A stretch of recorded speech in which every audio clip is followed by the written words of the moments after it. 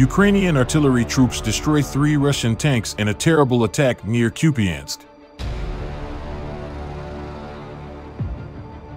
The footage begins by showing artillery strikes on Russian positions before a drone can be seen dropping a bomb on a Russian tank.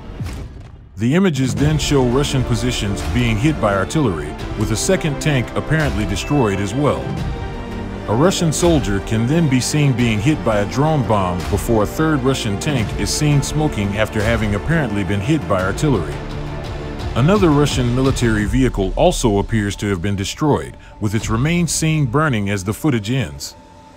The images were obtained from the State Border Service of Ukraine on Thursday, November 24th, along with a statement saying, "To destroy the enemy with the help of drones, you need to perform the following steps: track the enemy, adjust artillery fire, hit the target."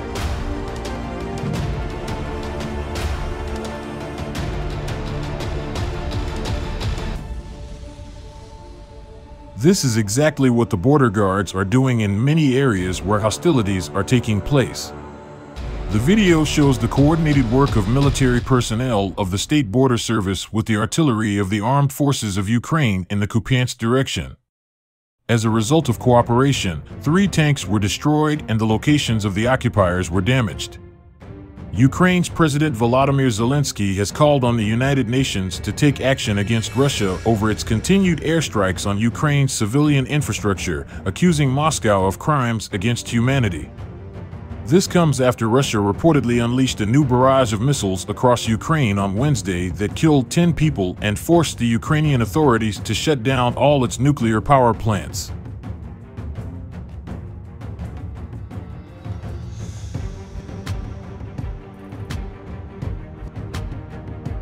The International Atomic Energy Agency has again voiced concern about the Russian-controlled Zaporizhzhia nuclear power plant, which is Europe's largest and which has suffered further damage from repeated shelling. Vitaly Klitschko, the mayor of the Ukrainian capital Kyiv, said that at least 80% of the capital's residents do not currently have power or running water. Maya Sandu, the president of Ukraine's western neighbor Moldova, said her country was suffering massive power outages as a result of Russian attacks on Ukraine, saying they have left her country in the dark.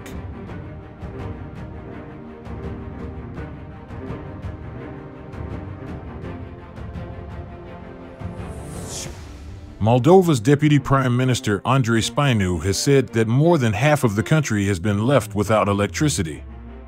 The governments of the European Union failed to reach a consensus on Wednesday regarding placing price caps on marine imports of Russian oil. Kremlin spokesperson Dmitry Peskov said on Wednesday that Russia was confident in the success of its actions in Ukraine. Peskov said, "The future and the success of the special operation are beyond doubt." European cities have been urged to send generators to Ukraine to help the country through the cold winter months and to counter Russia's relentless attacks on its electricity infrastructure.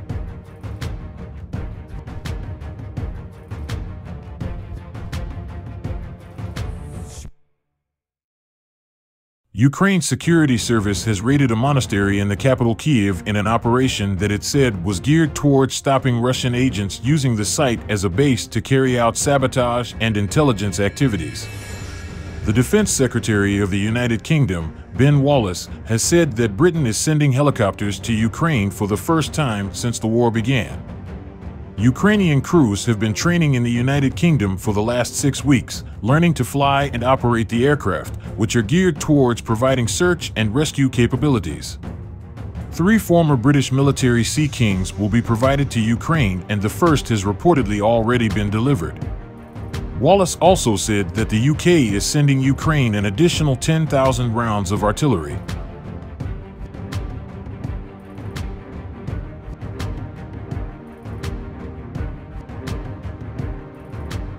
Regardless, the intense firefight over Ukraine has the Pentagon rethinking its weapons stockpiles. If another major war broke out today, would the United States have enough ammunition to fight?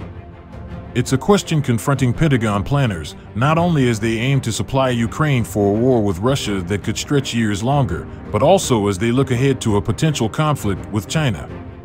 Russia is firing as many as 20,000 rounds a day, ranging from bullets for automatic rifles to truck-sized cruise missiles. Ukraine is answering with as many as 7,000 rounds a day, firing 155mm howitzer rounds, Stinger anti-aircraft missiles, and now NASAMS air defense munitions, and thousands of rounds of small arms fire.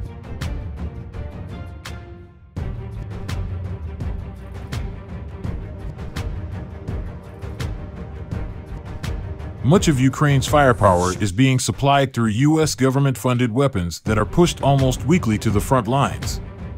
On Wednesday, the Biden administration announced an additional round of aid that will provide 20 million more rounds of small arms ammunition to Kyiv. "We've not been in a position where we've got only a few days of some critical munition left," Pentagon Comptroller Michael McCord told reporters this month. "But we are now supporting a partner who is." U.S. defense production lines are not scaled to supply a major land war, and some, like for the Stinger, were previously shut down.